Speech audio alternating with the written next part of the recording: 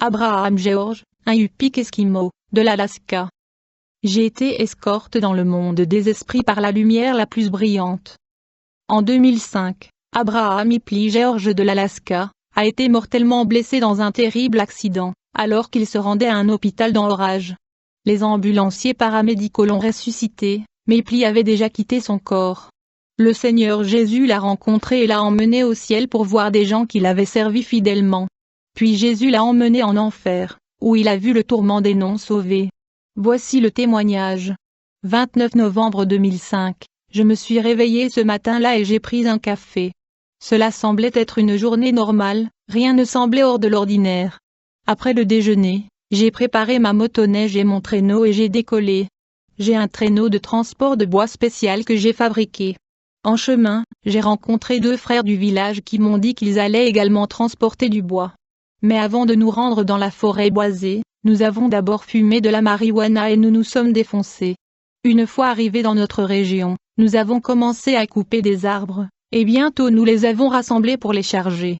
J'ai demandé au plus jeune des 2 frères s'il voulait courir jusqu'à Dillingham, car c'était tout près, de m'acheter une bouteille d'alcool.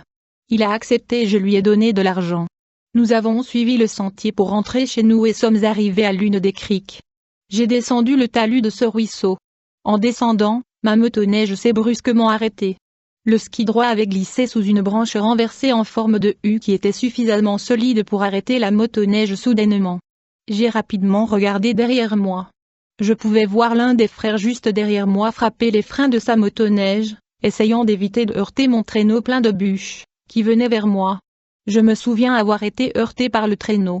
J'ai essayé de sauter de ma motoneige, mais le traîneau, extrêmement lourd en rondins, m'a heurté le dos avec une telle force et violence qu'il m'a écrasé. J'étais coincé impuissant contre ma motoneige. Je ne pouvais pas bouger et j'ai commencé à ressentir de la douleur dans mon corps.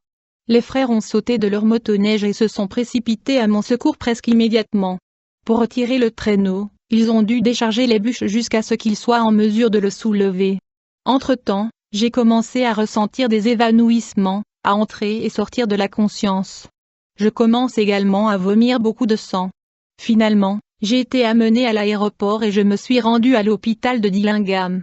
Les médecins m'ont passé au rayon X et je pouvais les entendre parler. Ils ont dit, il va mourir de ses blessures avant l'arrivée de l'évacuation médicale. D'après leur radiographie, j'avais 3 côtes brisées. Mon bassin était cassé à 4 endroits. J'avais 4 vertèbres écrasées. Ma colonne vertébrale était pliée et coupée. Mon foie et ma rate ont été déchirés par une côte cassée et un poumon a été perforé par une côte cassée. Inutile de dire que je saignais intérieurement. À l'hôpital Kanakanak, un homme russe est venu et a prié pour moi. Il a dit, « Seigneur, si c'est ta volonté, prolonge sa vie. » La prochaine chose que je savais, j'étais sur l'évacuation médicale à Orage sur un Learjet. Il y avait 4 ambulanciers paramédicaux ou ambulanciers dans l'avion et ils me surveillaient. Ma tension artérielle a continué à chuter. Finalement, mon cœur s'est arrêté. J'ai eu un arrêt cardiaque et je me suis évanoui. J'avais l'impression de m'endormir. D'une manière ou d'une autre, je me suis levé et j'ai vu mon corps allongé sur la civière et les ambulanciers travaillant sur moi. J'avais une expérience hors du corps. Pourtant, je pouvais toujours voir, entendre, sentir, goûter et ressentir. J'avais tous mes sens même si je pouvais voir mon corps allongé sur la civière. Je pouvais les voir en utilisant ce que je pensais être des câbles de démarrage de batterie sur moi, et je pouvais voir mon corps et ma poitrine se lever lorsqu'ils l'utilisaient sur moi. Mais l'écran du moniteur cardiaque n'affichait qu'une ligne plate. Le défibrillateur n'a pas fonctionné, je n'ai pas répondu. Puis j'ai entendu un autre médecin dire, il faut noter l'heure de sa mort. Après avoir écrit, un médecin a dit, essayons encore une fois. Et ils ont de nouveau utilisé les câbles de batterie sur moi, et mon corps a sauté une fois de plus. Cette fois, cela a semblé fonctionner, mon cœur a recommencé. La montée au ciel, mais alors, la lumière la plus brillante et la plus brillante, une figure d'homme, se tenait à côté de moi sur le côté droit. Il était rempli d'amour, de joie et de paix. Il parlait en yupik et il me parlait d'une manière douce qui me remplissait d'une douce sensation de picotement. Il m'a demandé si je voulais aller à l'endroit où vont les âmes sauvées. L'endroit où il m'a amené était rempli de la gloire de Dieu. J'ai vu des rues d'or sous mes pieds. Même le sol était plein de lumière et il n'y avait pas d'ombre. Quand il m'a élevé, J'ai cherché un soleil ou une lumière, mais il n'y avait pas de telle lumière. Je me suis demandé d'où venait la lumière. Lui, Jésus, a dit, « Je suis la lumière du monde ». J'ai vu beaucoup d'âmes sauvées de toutes nationalités différentes avec cette brillante lumière. Les âmes sauvées avaient des vêtements blancs, même les anges avaient des vêtements blancs. Et il n'y avait que des jeunes. Il n'y avait pas de personnes âgées. J'ai reconnu beaucoup d'âmes sauvées. J'ai vu des gens d'Akashak et de Manokotak. J'ai vu ceux de ma famille, ma upa, grand-mère, tante, oncle, les parents de ma femme et ceux que je n'avais jamais rencontrés auparavant. Je me suis demandé dans mes pensées, qui est-ce? Jésus connaissait chacune de mes pensées et m'a dit leur nom. J'ai réalisé qu'ils avaient l'air si jeunes avec une peau brillamment brillante et lisse, et ils étaient vêtus de robes blanches. Leur robe avait une forme avec le brouillard le plus brillant et le plus pur qui se déplaçait sur leur robe. J'ai vu ceux qui sont morts de vieillesse, mais ici ils étaient tout jeunes, environ 33 ans. J'ai même vu une femme morte de vieillesse, mais ici au ciel, c'était une jeune femme.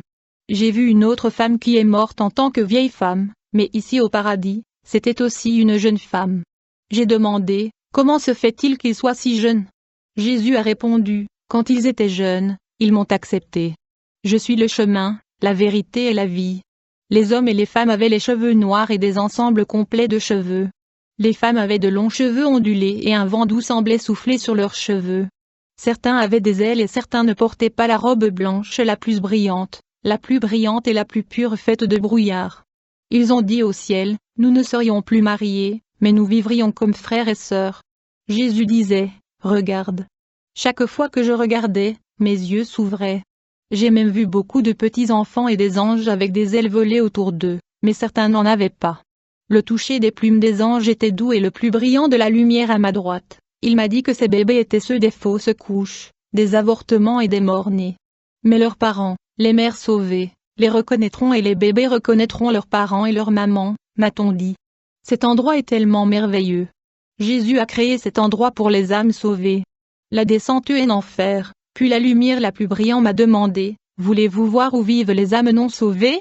Mais je n'avais aucune autorité ou contrôle sur mon esprit et mon âme, quoique le Seigneur ait dit, tout mon être a obéi à sa voix.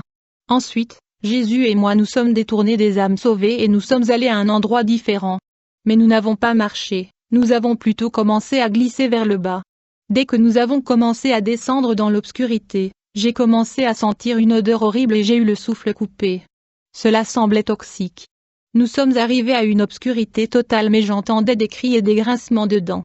Je pouvais entendre des millions et des millions de personnes avant même que nous n'atteignions le gouffre sans fond et les ténèbres extérieures. J'ai entendu d'innombrables personnes dans différentes langues étrangères, mais je pouvais aussi entendre des voix en yupik. Il y avait des gens qui grinçaient des dents, pleuraient et hurlaient de tourment. Il y avait aussi des chrétiens qui ont désobéi au Seigneur, et sont devenus comme le serviteur inutile, qui est jeté dans l'obscurité extérieure. Matthieu 22 verset 13. Alors le roi dit au serviteur, liez-lui les pieds et les mains, et jetez-le dans les ténèbres du dehors, où il y aura des pleurs et des grincements de dents, et les gens qui sont morts dans leurs péchés criaient, donnez-moi une autre chance. Il existe différents niveaux de l'enfer, et les pires des pécheurs sont tourmentés de la pire des manières.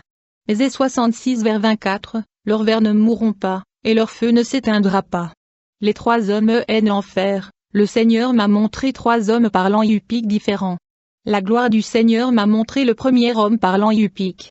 La gloire du Seigneur m'a montré l'âme perdue, les vers sortaient de ses yeux, de son nez, de sa bouche et de ses oreilles. L'homme a dit à Yupik, ce n'est pas un endroit pour moi, je suis fatigué d'avoir soif. Je souffre et je suis fatigué d'être tourmenté. Pourquoi suis-je ici? Donne-moi une autre chance. Il a dit cela 3 fois. Le Seigneur lui répondit après la 3e fois. Lorsque vous étiez sur terre, je vous ai donné de nombreuses chances. J'ai eu mes bras grands ouverts pour vous recevoir.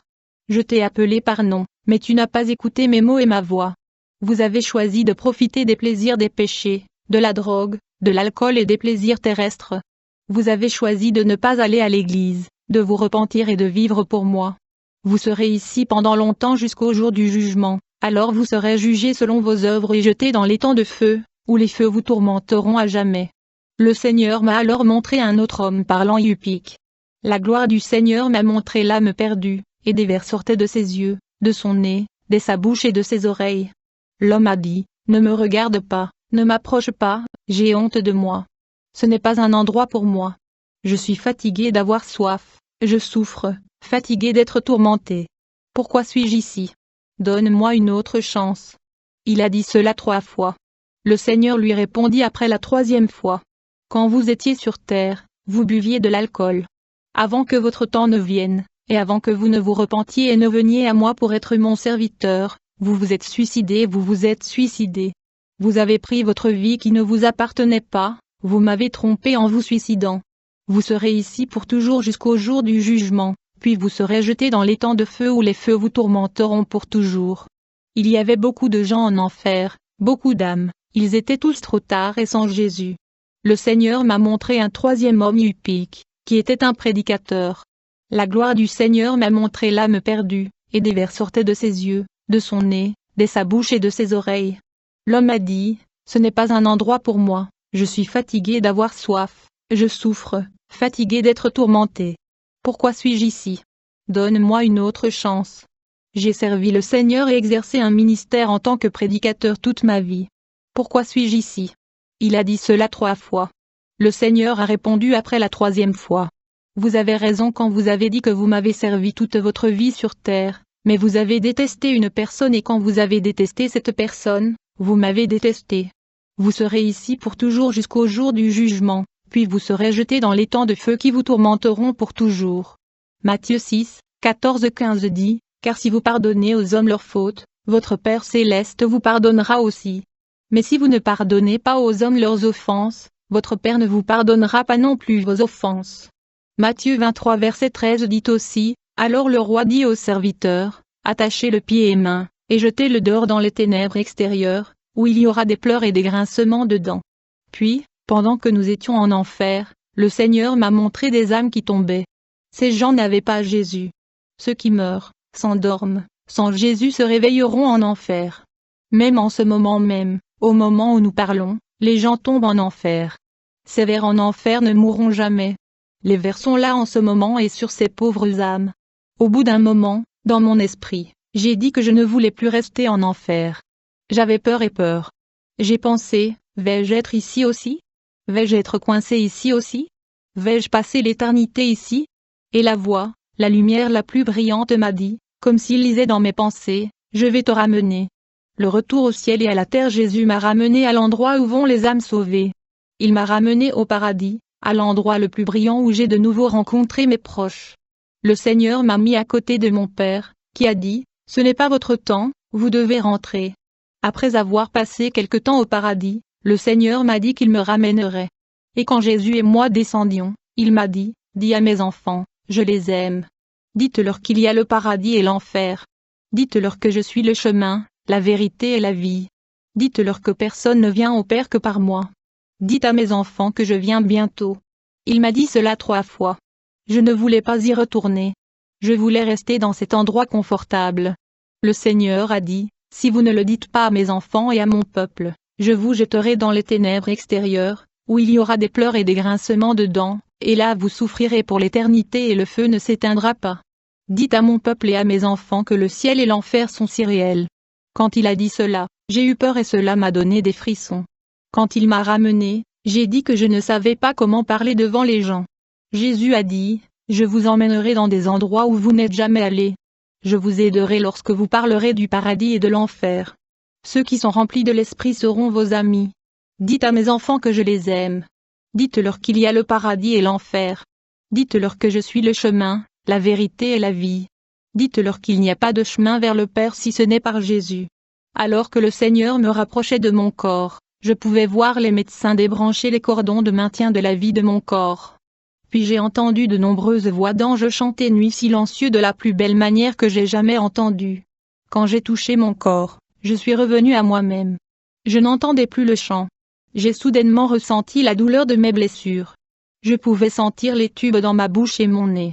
J'allais dire à la lumière la plus brillante et la plus brillante à ma droite de me ramener au paradis, mais il était parti. Je voulais rester là où amour, joie et paix, et la lumière paisible, brillante et brillante, était y rester.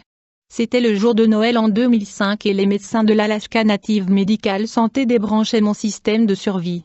Ils ont dit, il ne survivra pas. J'avais développé une pneumonie dans mon bon poumon, l'autre poumon était déchiré et inutile d'avoir été endommagé lors de l'accident, et cela mettait fin à ma vie. Ils ont laissé ma famille me voir pour la dernière fois. J'ai reçu les derniers ministères. J'ai appelé le nom du prédicateur et il est revenu. Il était content de me voir vivant. Puis de la fumée a commencé à tourbillonner autour de moi, et elle a tourbillonné dans ma chambre pendant 3 jours. L'Esprit du Seigneur, comme un brouillard brillant et la plus belle odeur, tournait au-dessus de mon lit. J'ai demandé aux médecins et aux infirmières qui s'occupaient de moi, pourquoi y a-t-il de la fumée? J'ai demandé s'il y avait un incendie. Ils ont dit qu'il n'y avait ni fumée ni incendie. Je suppose que seulement je le voyais. Chaque fois que je respirais cette fumée, je pouvais sentir la guérison se dérouler dans mon corps. J'ai ressenti un picotement qui a commencé au-dessus de ma tête, et avec le temps, ce picotement a commencé à voyager le long de mon corps. Je pouvais sentir les os se bouger dans mon corps. J'entendais des bruits pendant que les os se remettaient en place. J'ai commencé à récupérer. Le 2e jour, les médecins ont apporté une radiographie portable dans ma chambre et m'ont réexaminé. Ils ont vu les os guéris et n'ont pas pu trouver les blessures. Ils ont cherché l'entaille dans mon foie et ne l'ont pas trouvé. Les médecins ont crié fort leur incrédulité en disant « Cela ne peut pas être ». Ensuite, ils m'ont amené à la thérapie physique et ils m'ont laissé marcher. J'ai marché seul et j'ai loué Dieu. Le 3e jour de mon réveil, toute la douleur avait disparu de mon corps. C'était le 27 décembre 2005.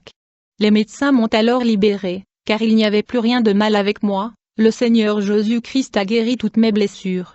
J'ai raconté aux médecins et aux infirmières ce que j'avais vécu et ils ont dit, c'est réel. Il est temps de changer nos vies. Ministère. Depuis son rétablissement, Abraham George a voyagé dans de nombreux endroits pour témoigner du Seigneur Jésus-Christ et du merveilleux miracle de guérison que Dieu lui a conféré. Au cours de son témoignage, des signes et des prodiges ont suivi Abraham, tout comme des signes et des prodiges ont suivi les apôtres de Jésus et d'autres qui ont donné leur vie à Jésus et ont témoigné de lui. Abraham dit, le monde ne va pas mieux. Même le temps est des derniers jours. Tous les messages que Jésus m'a donnés sont bibliques. Quand je lis la Bible, je vois ce que le Seigneur me disait. Mettez-vous d'accord avec Dieu. Faites de Jésus-Christ votre Seigneur et Sauveur. Prenez votre croix et suivez-le. Il y a un paradis à gagner et un enfer à éviter.